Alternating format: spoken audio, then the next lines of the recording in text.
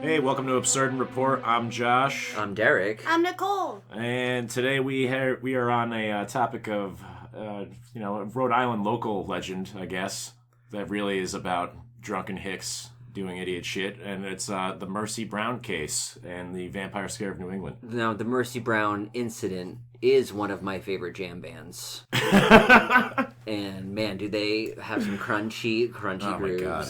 I fucking hate you. Yes, I do. The only incident was America's state of knowledge in that time period. I mean, okay, the thing is about it, though, a lot of it is because of being a drunk hick. It's a lot of that. We'll get into that, though.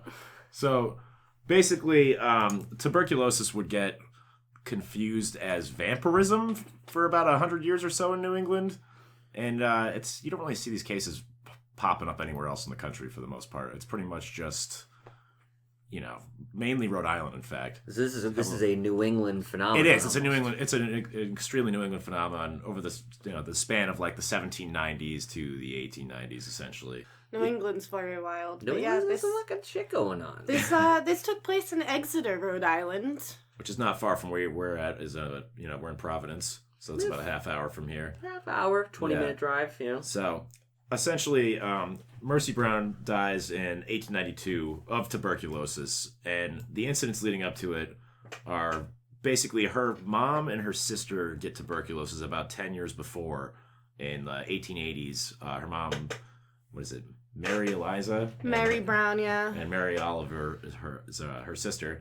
So they both die of it, and the theory is that probably Marsie Brown and some of her other siblings had this variety of tuberculosis where you get it and it doesn't really affect you for, in this case, almost 10 years. So it's like walking pneumonia. Yeah, but it fucking kills you. Pneumonia kills you. Pneumonia kills you, but you probably don't have pneumonia for 10 years. Nah, that's definitely not a thing. And not die from it. Yeah, it would be dead. So, essentially, like, her brother gets it, and then this is after, a few family members are dead at this point. So George Brown, her dad, sends the brother out west to, I believe, New Mexico. And tuberculosis is a highly contagious disease. Oh, it was, it killed, that was the lead cause of death in America. So if your one family member has it... You all fucking get it, basically. It was the most feared disease at that point in time. And the dumbest part is it's really highly preventable now because it's... We have vaccinations for it. Well, it's also just based on, like... just a lack of cleanliness in the area you're in. Okay. And that's just what makes you susceptible to it. Just like the dancing play. Yeah. Dancing play. Well, episode flashback. I know flashback. You can go look that episode up. It's from a couple of weeks ago. But, all right. So basically, they get word, the brother gets word that they would send you to like a hot area, essentially. Are you gonna bust a fucking reggae foghorn out right now in the middle of when I'm talking, bro? Oh my god, I fucking hate both of you. Anyways, well, I guess I asked for that because a few weeks ago I was like, oh, I need a sound effects board so I can be a real prick. We have this guy interrupts me with a fucking reggae foghorn. Let us be pricks for you. So they would send you out. You shut the fuck up. So they would. They thought that if they sent you out to where it was like humid or dry weather, that would somehow cure you, which is fucking ridiculous. Yeah, I do remember going on. I went on the Providence Ghost Tour. Yeah, which I highly recommend to anyone who hasn't gone. It's chances of you seeing ghosts go sky high. Yeah. Did they pay you to do this ad right now? No. RhodeIslandGhostStories.com. I have no affiliation whatsoever. But I do remember them saying that we visited one of the Brown homes. Oh, okay. And that they did move her from different climate to climate to try to maybe not specifically her, but members of the family. Yeah, you're right. It was a big thing, but only the rich could afford. Yeah, they weren't rich either. They were like they own like a fucking apple orchard or something like that? That's probably good money back in the day. You think that? You think so? You think you're making the big bucks in the 1890s off an apple orchard? Sounds very biblical, actually. Yeah, well, I mean, it was a backwoods-ass town, basically. So she gets sick after 10 years of, after her mom's dead. And what they think now is, she had that kind of tuberculosis where it just, it kicks in later on and just kind of murks you really quick. And the brother hears that that's happening. He comes back to, like, see how she's doing. She's already dead, basically, when he gets back. And then here's where the stupid hick shit really unfolds. Yeah, can we talk about this real quick? His name is Edwin. Yeah, so Edwin. So he gets sick almost immediately upon coming back after he finds out she's dead. These stupid fucking assholes. And so, you know, if you have tuberculosis and you're dying from it, your body's, like, eating itself. You're like... Consumption is what it's called. That's why it's called consumption. So you're hallucinating, you got a fever, you know, your body's murdering itself, basically. So he has, a couple of the hicks are like, oh, he said he saw her walking around at night, or like, I guess like he hallucinated her being in the room one night while he's having like a fever walking dream. by, yeah. And of course, you know, drunk hicks are like, well, it's got to be a goddamn vampire then, doesn't it? A to Z conclusion. Yeah. Gather evidence, discard evidence, vampirism. Yeah. Actually, let me gotcha on that. Elaborate on that a little bit, because the reason why we keep saying they're drunk is because they decided to dig Marsie Brown up on St. Patrick's Day. Which is a crucial detail. Which we didn't realize until we first brought this up and started assessing that information. It's never brought up in any documentaries about this. They just give you the date, and then, like, I just figured it out. I was like, that's fucking... A group of sober men. Yeah, went and dug up a dead girl. So the interesting thing about this was they had, like you said, many theories about how to cure the ill, and one of those things was, okay, they were going to dig up Marsie Brown, and then in a live reenactment I saw that they did by Lore, Alan Menke, was that there was a doctor there the whole time being like, oh... There was. He was like, you guys are idiots. Yeah, he was just like, oh, the body's still preserved because it was preserved when they dug it up and the blood was liquid. So here's the deal with that. She was never... When she died, since it was the winter time, they didn't have fucking excavators. It's the 1890s, you know? Now when a relative of yours dies, they literally go in with a fucking excavator and scoop it out. You're saying they're not digging any graves. They had to dig up her family, but they only did it as a result of she was in an above ground crypt. Right, she wasn't buried right away. Yeah, so, you know, and the science behind this is basically you're in an above ground crypt, frozen. Wintertime, closed off from any air. So, like, really the thing isn't going to start to rot for like a couple of months. And then, you know, there's also when younger people die, their bodies like will push out like fingernails and hair more. So like when they found her, they're like, oh, she's still got like color to her, and there's like her fingernails and hair have been growing, which, you know, now is just fucking basic science. Which the doctor pointed out being normal. Actually, then it was basic science. That's the other. The doctor was like, no, you know, it is just really cold. Like, it is winter time. And then they cut her open basically, and they're like, oh, there's actually blood like flowing out of her, and he's like, yeah, well, you know, your body liquefies and re-solidifies. So the doctor was a voice of reason. There was a guy there who kind of knew what was going on. They had to be drunk. How drunk he was is he's probably drunk for speculation. I mean, and even being a doctor then, I mean, what is really being a doctor in the So then... We did talk about this because we had this discussion where, like, doctor... He's still putting leeches on people and giving them cocaine. We're using doctor Tequila. in quotations. We're doctor, because we did a little bit more digging and found out that it was the very year after this incident was the first school of actual surgeon... medical osteopathy, Exactly, medical osteopathy was opened that year. So, like, how did you become a doctor, quote unquote, back then? Did degrees even really matter? It depended on how good you were forging documents. I feel like, you know, that's when I envision like kind of like frontier pre-colonial times. It's just like you could just write whatever the fuck you want on a piece of paper, right? You like just rent a store and you're like, I'm a fucking doctor now. Here's leeches for everybody. I think and cocaine. Don't forget. Here's cocaine for everyone. Fucking heroin and put some leeches on you. I'm pretty sure. I mean, that's what I would have done. So that's not even the most absurd part of this story, but the fact that after the townspeople dug her up and the doctor was like, "There, she's dug up. You happy now?" Yeah. They were like, "No, you got to burn the heart and then feed the ashes to your sick son." And Edwin. that's like a kind of Germanic ritual, basically. They carried over to here. So that's definitely just like an old immigrant ritual. They didn't just make it up on the spot. Yeah, and you know, the other thing is, it wasn't just this doctor there. There was a guy from the fucking Providence Journal there as well. I don't know the guy's name, but he ended up shitting all over the entire town in the newspaper the next day. But he's just standing there fucking taking notes while they're like, dig her up. He's like, they find animal in his wild habitat. They like dig up her so they like dig her up, but they also dug up her mom and her sister for some fucking reason. And then they decided that those bodies weren't decomposed enough or something, even though they were in the fucking ground for 10 years and probably looked like the crypt keeper got taken out of the ground. So it was just an unruly bunch of fucking drunks. White basically. people were wacky. Yeah, man, get some booze in them, That's so digging up corpses in no time and fucking grinding up hearts on a stump. Yeah, white people.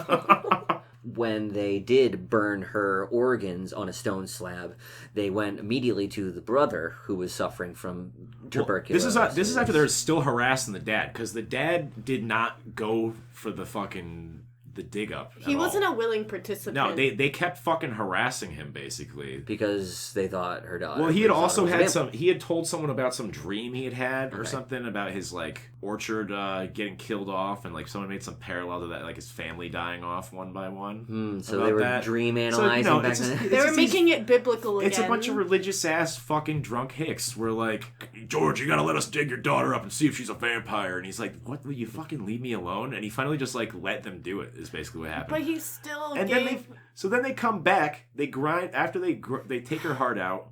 What they burnt it up on a stump, right? No, stone slab. A stone slab. They threw it. No, they grilled it. Took its ashes. Mixed in water, right? Tonic water. Yeah, and they make the kid. And so then her younger brother, which is butthole tasty. Yeah, her younger brother who also has tuberculosis. They fucking make this poor kid drink his sister's heart's ashes. He died after. And then they're like, oh, he'll be fine. He's like good for like 3 weeks, dead. Like the report that I said 2 months, but the way everybody talks about it was like immediately after, because I would probably die too after he gave me that. But it's like here's the natural source of the problem, and ingest it into your body. So, what did this Providence Journal reporter? Oh yeah, this is the best because following this happening, since there was I don't even know why. This is the best part is I don't know why the news reporter was there.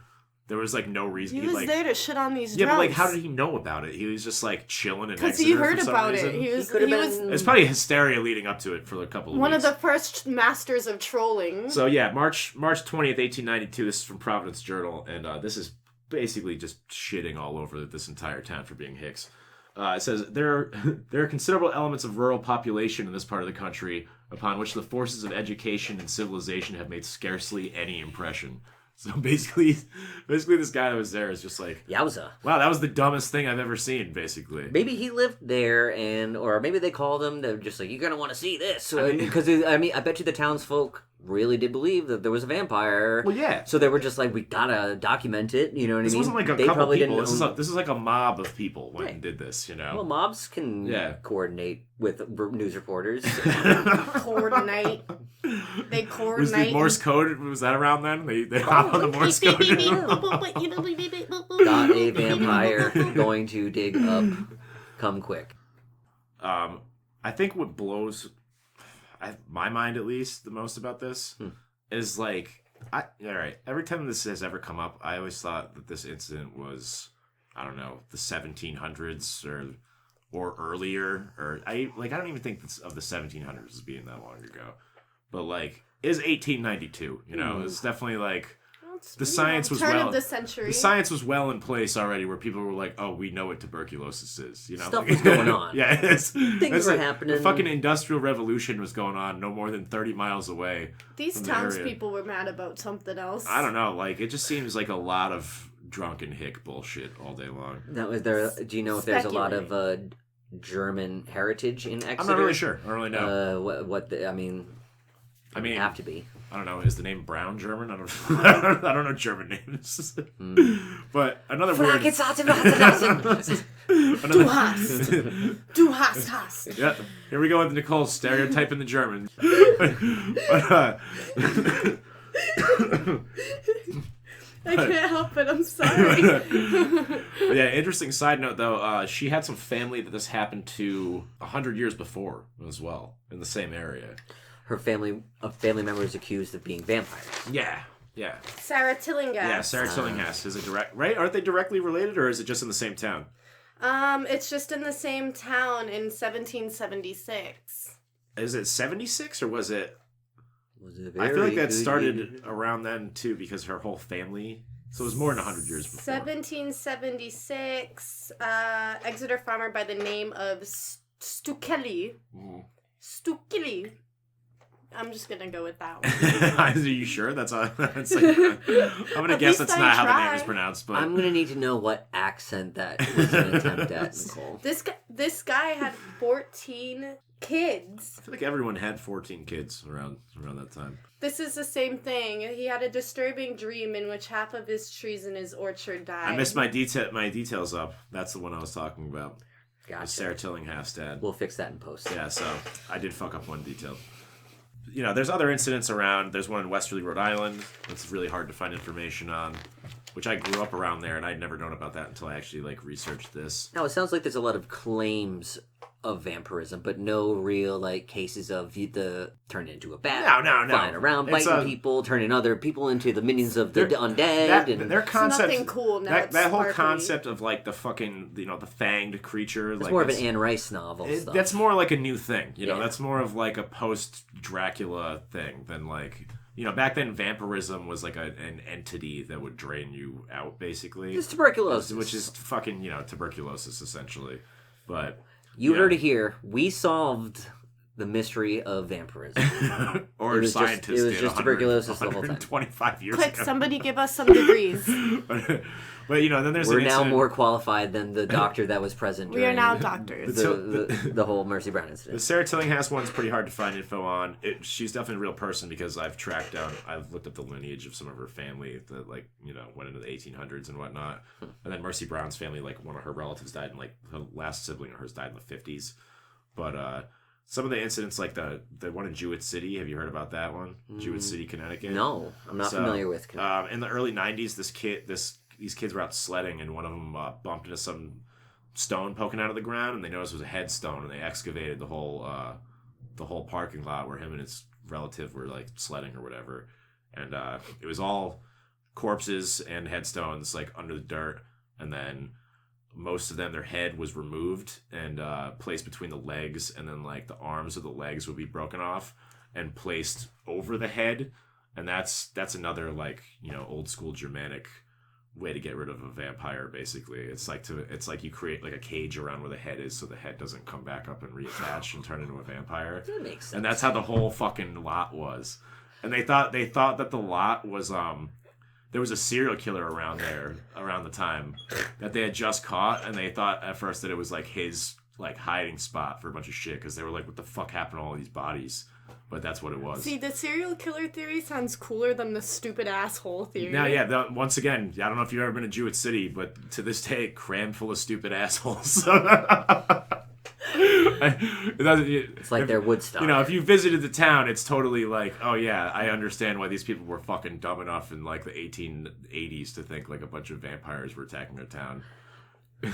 Well, I guess it'd be like that sometimes. It's the fun part about it is the science was already there. That's what I'm getting at. Is what year was this? Same time period. It was, shit's only 125 years ago. It's not long ago. It's once you start getting into Connecticut. Mm-hmm. I get it now. And what was the Connecticut town that we were talking about recently that is kind of the haunted town? The equivalent of a Silent Hill. Yeah, Dudleytown. Yeah. I know a gentleman who runs the local comic book shop, where we've been talking, and I told him about our podcast and how we talk about weird goings on that are in the greater New England area, and he said, well, I have something perfect for you, and he mentioned that in the 80s he was a bit of a paranormal investigator as a side project, kind of a hobby, and he heard about this place Dudleytown that was haunted and vacated. There was no one there. The town had been abandoned, and so he decided to go down there with his metal detector and some cameras and stuff like that and do some snooping.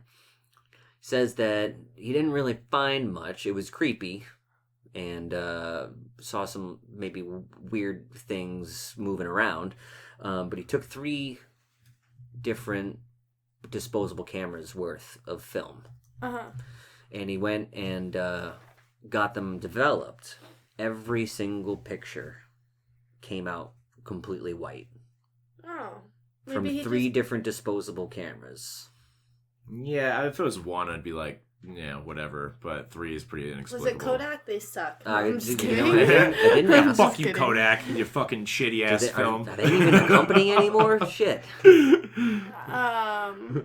Yeah, well, you know, I've only ever had one weird ghost experience, and I don't even know what to think about it anymore, because it hasn't ever happened to me again. Right, which I believe we covered on 2 episodes ago. So. My ghost experience? Yes, ma'am. Yeah, I still don't know what to think about that, but Connecticut sounds like a really interesting place. Dude, there's so much that fucking haunted shit in Connecticut. It's insane. Silent Hill stuff? Also, I'm going to take a hard no. I didn't tell you my Dudleytown story. I haven't even been there. My homie went there, and he was like, yeah, I saw a bunch of people in fucking druid robes out in the woods. Like, they chased them off into the woods. That sounds like some cult stuff. Yeah. Some So, you know, stuff. occasionally you get your kooks out there actually doing occult stuff. But, I mean, if you really want some background on Dudleytown, it's like a mid-1700s settlement in, where is it? Cornwall, Connecticut, that's where it is. But it was abandoned in the 1800s. And, you know, since then it's like a private land trust and everything like that. So you're technically not even allowed up there. Like, there's security guards and shit like that. Guarding what? It's just because of fucking tourists hurting themselves out there because of this goon shit on the internet about it being haunted, you know? So it's like a snake eating its own tail. It's like the cause and the effect are the same, yeah. Well, I mean, this is according to the fucking Wikipedia, and it's like, due to rumors of ghost activity beginning and the rumors didn't even start till the 80s, by the way, the ghost activity shit. The village site has been subject to frequent vandalism. The owners have closed the land to the public. I mean, that makes sense, but it also probably adds to the lore. You know, what don't they want us to? It's not a real town. It's just like it's like a weird settlement out in the fucking middle of ass fuck nowhere. Right. It's like a couple little buildings. And I don't know if you've ever seen pictures of it. It's just like a bunch of flattened ass like 1800s house. They're still there. All the houses are still there and shit. But you know, I don't know. You can't. I don't even know how to get out there. I know it's a real pain in the dick to get out there. There are some pretty cool videos from right around that vicinity. If you go on YouTube, there's a video of I don't know, this guy filming like a shadow character kind of walking through his fucking backyard into the woods. That's pretty fucked up.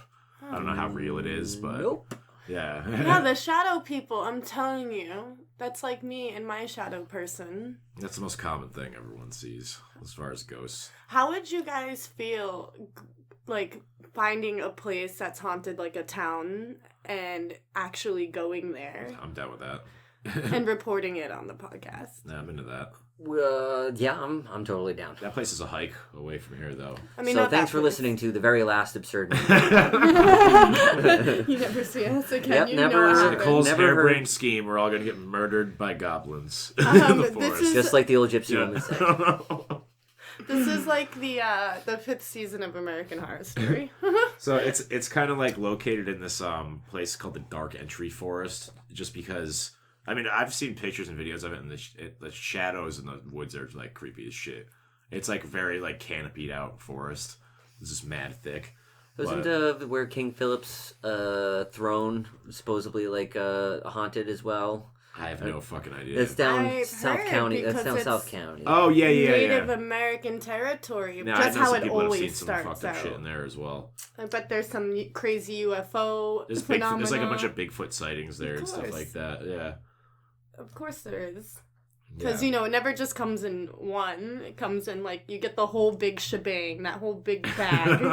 The whole big bag that you need to do. Your UFOs, your Indian ghosts, your big feet. Your chupacabra, your flatlands monster. Yeah, he's just chilling there, the flatwoods monster. A big giant portal opens up and every crazy monster just comes flailing its arms out of the portal. Sounds like some zany stuff. Like a la Cabin in the Woods. Yeah.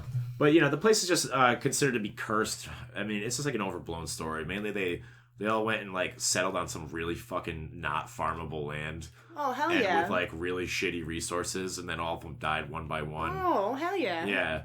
And it sets up for the best stories to come. Yeah, and then there was, like, one last family on the property, if I remember correctly, that just, like... I don't know, like a bunch of fucked up shit happened to all of them. I'm trying to remember the details of it, but if I remember correctly, like the wife died of some crazy disease, and then there was like one guy still left out there, and he ended up killing himself. Or even this is like could just all be conjecture. No one really knows. Nobody really wrote anything fucking down out there. Just eventually someone was like, oh, here's an abandoned town with like some dead bodies in it, and that was that. I do know that the roads underneath Providence over downtown are still jam-packed with dead bodies. It used to be a graveyard up behind the First Benevolent Church. Yeah. And when the city expanded, they had to notify all the people that had next of kin buried there, and some didn't show up to claim the bodies, so they just paved right over them, and they estimate there's like over 100 skeletal remains underneath the streets of Providence. Ooh. The catacombs of Providence. Dude, that's not even as bad as Boston.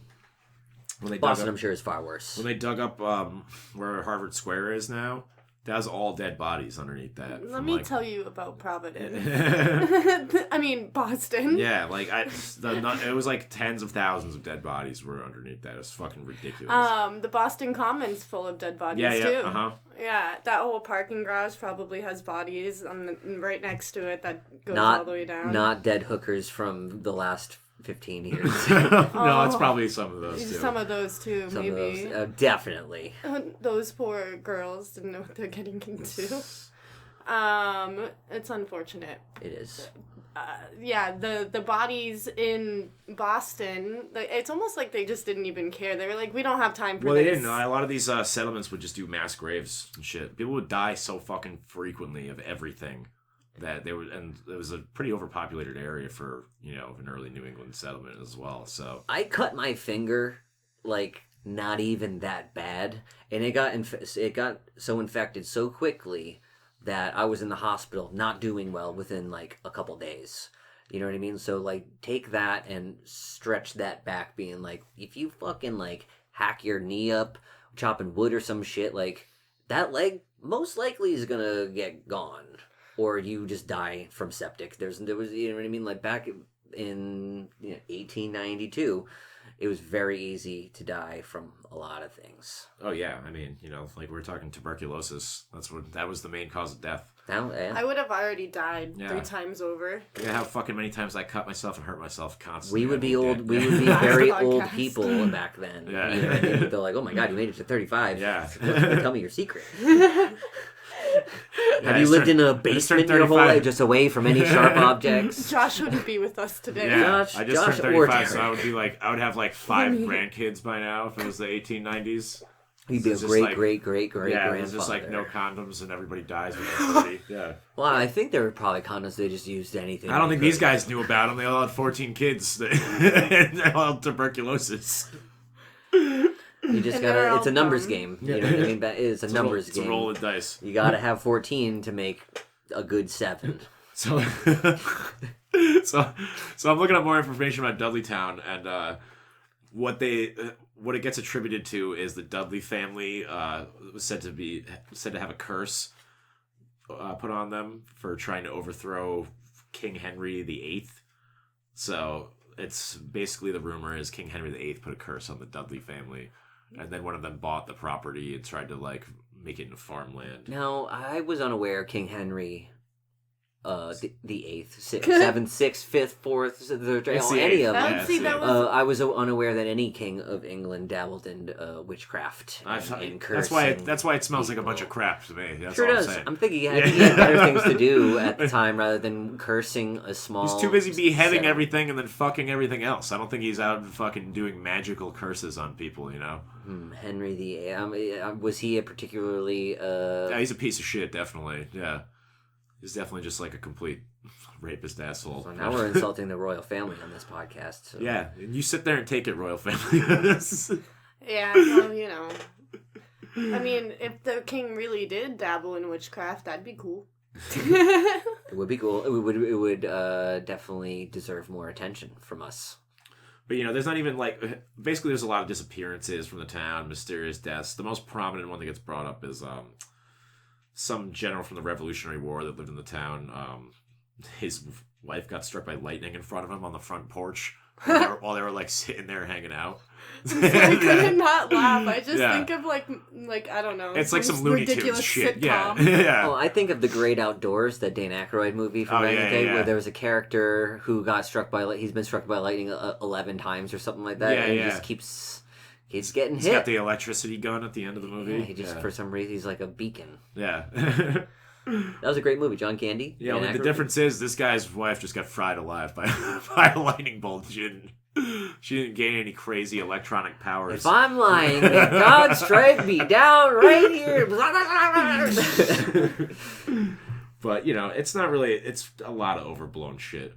I think a lot of it has to do more with the fact that people have weird stuff happen now when they go there, which, probably isn't even related at all. Man, you're just letting your imagination run wild, with no one to check it. Yeah. It's aliens.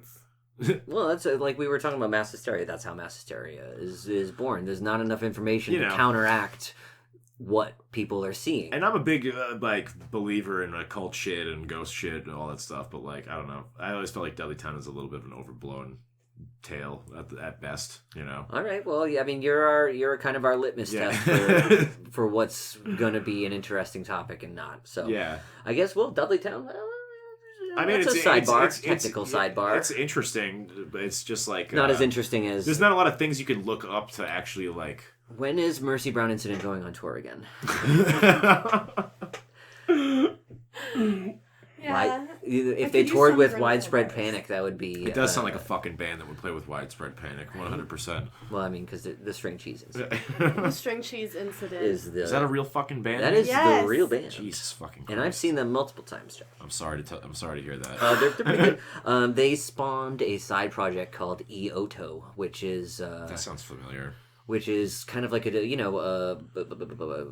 the right word? Dance music, EDM. Yeah. It's electronic dance music, but it's probably one of the more bassier shows I've ever seen. Yeah. And everything they do is live improv. Mm-hmm. So there are DJs doing live improv with melodic stuff, and it's quite a sight to see. Word. But String Cheese Incident is kind of your quintessential jam band. They're very talented, but the sound is... Just kind of keeps going. It just keeps going.